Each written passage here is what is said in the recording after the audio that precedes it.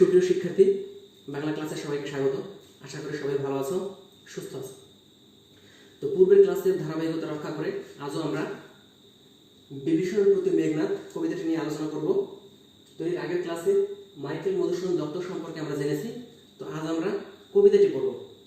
তো তার আগে জেনে নেওয়া দরকার যে বিভীষণের প্রতি মেঘনাদ এই যে কবিতাটি, এই কবিতাটি হচ্ছে মাইকেল মধুসূদন দত্তের মেঘনাদবধ কাব্য নামক এই মহাকাব্য থেকে নেওয়া হয়েছে। তো মাইকেল মধুসূদন দত্ত আবার এই মেঘনাদবধ কাব্য এটির কাহিনী রামায়ণ থেকে নিয়েছেন। তো রামায়ণ এটা হচ্ছে সংস্কৃত ভাষায় লেখা। তো তার আবার সেটা থেকে বিভিন্ন ভাষায় অনুবাদ করা হয়েছে, বাংলা ভাষায় অনুদিত হয়েছে। তো মাইকেল মধুসূদন দত্তের এবার মেঘনাদবধ কাব্য নিয়ে কিছু কথা বলি। তো মেঘনাদবধ কাব্য হচ্ছে মাইকেল মধুসূদন দত্তের সব থেকে উল্লেখযোগ্য রচনা। তো এই কাব্যে হচ্ছে 9টি স্বর্গ রয়েছে। মেঘনাদবধ কাব্যে 9টি স্বর্গ। তার ষষ্ঠ স্বর্গে হচ্ছে এই মেঘনাদের মৃত্যুবরণ ঘটে, অর্থাৎ লক্ষণের হাতে মেঘনাদ মৃত্যুবরণ করে। তো এই যে আমাদের কবিতার যে কাহিনীটা যেভাবে এসেছে, তো তার আগে আমি একটু বলি। সেটা হচ্ছে যে লঙ্কার রাজা হচ্ছে রাবণ। তো সেই রাবণের এই লঙ্কা রাজ্যের উপর রামচন্দ্র আক্রমণ করে। তো যুদ্ধ শুরু হয়। তো যুদ্ধ হতে হতে যে রাবণের যে বীর থেকে আরো বড় বড় বীর যে সমস্ত যারা ছিলেন তারা হচ্ছে যুদ্ধে মৃত্যুবরণ করেন। যেমন রাবণের ভ্রাতা কুম্ভকর্ণ এবং আরেক পুত্র বীরবাহু মৃত্যুবরণ করেন। তো এরপরে রাবণ যুদ্ধে মেঘনাদকে সেনাপতি করে। তো তার পরের দিন যুদ্ধে পাঠানোর সিদ্ধান্ত নেয়। তো যুদ্ধে যাওয়ার আগে এই মেঘনাদ হচ্ছে নিকুম্ভিলা যজ্ঞাকারে একটি যজ্ঞ শুরু করে। তো সেই যজ্ঞস্থলে গিয়ে লক্ষণ বিভীষণকে সাথে নিয়ে, রাবণের ভাই বিভীষণকে সাথে নিয়ে সেই যজ্ঞাগারে প্রবেশ করে এবং সেখানে গিয়ে মেঘনাদকে বধ করে। তো এখন ওই যে নিকুম্ভিলা যজ্ঞাগার, এটা ছিল খুবই একটা গুপ্ত স্থানে, যেটা লক্ষণের কোনোভাবেই জানার কথা নয়। তো সেটি জানতো বিভীষণ, রাবণের যে নিজের ভাই আর মেঘনাদের কাকা সেই বিভীষণ সেই গুপ্ত জায়গার সন্ধান জানতো। বিভীষণই লক্ষণকে হচ্ছে সেই জায়গায়, গুপ্ত জায়গায় নিয়ে যায়। এবং মেঘনাদ যখন লক্ষণকে দেখে সেই যজ্ঞাগারে, তখন প্রথমে সে অবাক হয় যে লক্ষণ এখানে কিভাবে প্রবেশ করলো।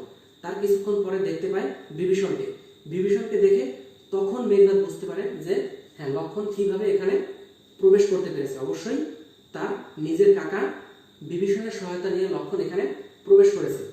তো এটা দেখার পরে, বিভীষণকে দেখার পর লক্ষণ যে প্রতিক্রিয়া ব্যক্ত করে, সেটাই হচ্ছে আমাদের এই বিভীষণের প্রতি মেঘনাদ এই কবিতাটা।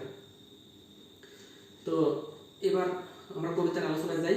তবে তার আগে যে চরিত্রগুলো আমরা এই কবিতার মধ্যে পাবো, তার পারিবারিক সম্পর্কটা আমরা একটু দেখে নিই। যে রাম আর লক্ষণ এটা হচ্ছে আপন দুই ভাই। আর লঙ্কার রাজা রাবণ, কুম্ভকর্ণ এবং বিভীষণ এরা হচ্ছে আপন ভাই। আর রাবণের পুত্র হলো মেঘনাদ, অর্থাৎ সেই হিসাবে বিভীষণ হচ্ছেন মেঘনাদের কাকা, কুম্ভকর্ণ এও মেঘনাদের কাকা। তো এবার আমরা মূল কবিতার আলোচনা শুরু করি। তো প্রথমেই বলা হচ্ছে যে এতক্ষণে অরিন্দম কহিলা বিষাদে, অর্থাৎ এতক্ষণ পর যখন বুঝতে পারলো যে হ্যাঁ, লক্ষণকে বিভীষণই সহায়তা করে এখানে নিয়ে এসেছে, তো এটা বুঝে তখন অরিন্দম কহিলা বিষাদে, অরিন্দম বলতে এখানে মেঘনাদকে বোঝানো হচ্ছে। অরিন্দম শব্দের অর্থ হচ্ছে যে অরিকে দমন করে, যে অর্থাৎ শত্রুকে দমন করে, যে সে হচ্ছে অরিন্দম, অর্থাৎ এখানে মেঘনাদকে বোঝানো হচ্ছে। যে অরিন্দম কহিলা বিষাদে, কিভাবে বললো? বিষাদগ্রস্ত হয়ে, দুঃখ ভারাক্রান্ত হয়ে। কারণ নিজের কাকাই শত্রুকে পথ দেখে নিয়ে এসেছে, এজন্যই সে দুঃখ ভারাক্রান্ত হয়ে বলল। কি বলল? জানিনু কেমনে আসি লক্ষণ পশিল রক্ষ করে। জানিনু মানে জানতে পারলাম, কেমনে আসি লক্ষণ পশিল, পশিল মানে প্রবেশ করলো, রক্ষ করে অর্থাৎ রাক্ষস করে।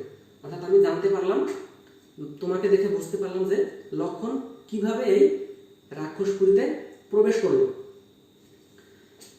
তো এরপর বলা হচ্ছে যে হায় তা তো উচিত কি তব এ কাজ, যে হায় কাকা, তোমার কি এমন কাজ করা উচিত হয়েছে। নিকষা সতী তোমার জননী। নিকষা হচ্ছে রাবণ আর বিভীষণের মায়ের নাম হচ্ছে নিকষা। তো নিকষা সতী তোমার জননী অর্থাৎ বিভীষণকে বলছে মেঘনাদ যে নিকষা সতী হচ্ছে তোমার মা, সহোদর রক্ষশ্রেষ্ঠ। সহোদর মানে হচ্ছে একই মায়ের পেটের ভাই, অর্থাৎ বিভীষণের একই মায়ের পেটের ভাই হচ্ছে রাবণ। রাবণ হচ্ছে রক্ষশ্রেষ্ঠ অর্থাৎ রাক্ষসদের মধ্যে শ্রেষ্ঠ। তার মানে বলা হচ্ছে যে নিকষা সতী হচ্ছে তোমার মা, আর তোমার যে নিজের ভাই সে হচ্ছে রাক্ষসদের মধ্যে শ্রেষ্ঠ। শুলি শম্ভুনির কুম্ভকর্ণ। এখানে কুম্ভকর্ণের কথা বলা হচ্ছে যে শুলি শম্ভুনির, শুলি মানে হচ্ছে ত্রিশূল, শিবের ত্রিশূলের কথা বলা হচ্ছে এখানে, যে শুলি শম্ভুনির অর্থাৎ শিবের ত্রিশূলের মতো শক্তিশালী কুম্ভকর্ণ হচ্ছে তোমার ভাই। ভ্রাতুষ্পুত্র বাসব বিজয়ী। ভ্রাতুষ্পুত্র মানে বিভীষণের ভ্রাতুষ্পুত্র, বিভীষণের ভাইয়ের পুত্র এখানে কে? মেঘনাদ। অর্থাৎ মেঘনাদ হলো বাসব বিজয়ী। বাসব মানে হচ্ছে, বাসব হচ্ছে ইন্দ্রের আরেক নাম। বাসব বিজয়ী অর্থাৎ যে বাসবকে অর্থাৎ ইন্দ্রকে জয়ী করেছে, অর্থাৎ যে ইন্দ্রকে পরাজিত করতে পেরেছে, অর্থাৎ মেঘনাদ নিজে। মেঘনাদ একবার দেবতাদের যারা রাজা যে ইন্দ্র তাকে যুদ্ধে পরাজিত করেছিলেন। তো এখানে নিজের যে আত্মীয় স্বজন রয়েছে তাদের পরিচয় দেওয়া হচ্ছে। এটা বিভীষণকে বলা হচ্ছে যে তোমার মা হচ্ছে নিকষা সতী, তোমার যে নিজের মায়ের পেটের ভাই সেই রাবণ হচ্ছে রাক্ষসদের মধ্যে শ্রেষ্ঠ, আর তোমার আরেক ভাই কুম্ভকর্ণ হচ্ছে শিবের ত্রিশূলের মতো শক্তিশালী, আর তোমার যে ভাইয়ের পুত্র মেঘনাদ আমি হচ্ছে ইন্দ্রকেও যুদ্ধে পরাস্ত করেছি। এমন মানে শক্তি ও সামর্থ্যপূর্ণ পরিবারে তোমার জন্ম। নিজ গৃহপথ তাতো দেখাও তস্করে। নিজ গৃহপথ মানে নিজের ঘরের পথ, দেখাও তাতো তস্করে। তস্কর মানে হচ্ছে চোর, অর্থাৎ যে নিজের যে ঘরের পথ সেটা তুমি চোরকে দেখাও। চন্ডালে বসাওয়ানি রাজারালয়। চন্ডাল বলে মানে হচ্ছে এখানে বলা হচ্ছে যে নিচু জাতির মানুষ, অর্থাৎ নিচু জাতির মানুষকে তুমি রাজার স্থানে বসাচ্ছ। কিন্তু নাহি গঞ্জি তোমার গুরুজন তুমি পিতৃতুল্য। কিন্তু আমি তোমার গঞ্জনা করি না, কারণ তুমি হচ্ছ পিতৃতুল্য, আমার পিতার মতো, এজন্য তুমি আমার গুরুজন, আমি তোমার গঞ্জনা করছি না। ছাড়োদা যাব অস্ত্রাগারে, পাঠাইব রামানুজে সমন ভবনে। অর্থাৎ এবার আমার দ্বার ছেড়ে দাও, আমি অস্ত্রাগারে যাব, আর পাঠাইব রামানুজে। রামানুজ বলতে বোঝাচ্ছে রামের অনুজ, অর্থাৎ রামের ছোট ভাই লক্ষণ। লক্ষণকে কোথায় পাঠাবো? সমন ভবনে, অর্থাৎ মৃত্যুপুরীতে। তুমি আমার দরজা ছেড়ে দাও, আমি এবার অস্ত্রাগারে যাব। অস্ত্রাগারে গিয়ে রামের যে অনুজ লক্ষণ ওকে আমি মৃত্যুপুরীতে পাঠাবো। লঙ্কার কলঙ্ক আজি ভঞ্জিব আহবে। অর্থাৎ এই যে লঙ্কায় শত্রু আক্রমণ করেছে, এটা লঙ্কার জন্য যে কলঙ্কজনক ঘটনা, এই কলঙ্ক আজ আমি মোচন করব। সেটা কিভাবে? আহবে, আহ্বান মানে হচ্ছে যুদ্ধে, অর্থাৎ যুদ্ধে গিয়ে যুদ্ধক্ষেত্রে আজ আমি লঙ্কার এই কলঙ্ক মোচন করব। তো আজকের ক্লাসের আলোচনা এই পর্যন্তই।